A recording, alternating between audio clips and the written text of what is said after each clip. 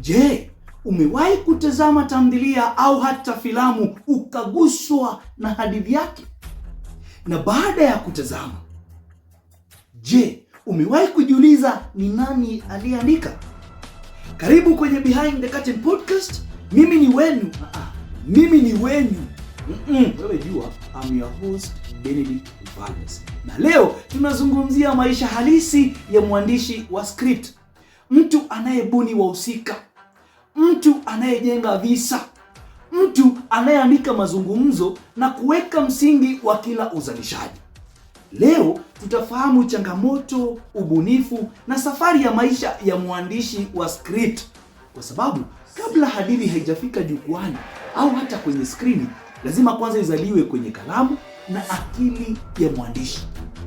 Karibu nyuma ya pazia, tujue uhalisia wa maisha ya mwandishi wa script.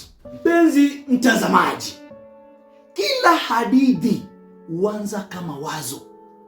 Wakati wengine wamelala, mwandishi anaweza kuwa amekaa na daftari au hata kompyuta yake. Anawaza jinsi atakavyoumba wahusika watakaochekesha, watakaofunza na kuhamasisha hadhira. Hivyo kuandika script si kuandika tu maneno, bali ni kuumba dunia ambayo watu wataamini. Na mara nyingi mwandishi anapoiandika script, akiona haimpendezi, hufuta na kuanza upya. Na inaweza kumchukua wiki, miezi au hata miaka kuboresha script moja.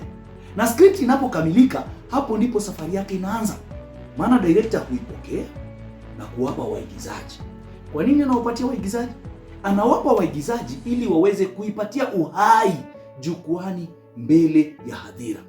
Kwa mfano, kwenye tamthilia ya Bembea ya Maisha na Timothy M. Arege, tunamuona mhusika Yona. Laiti ningalijua jana tuishi tofauti.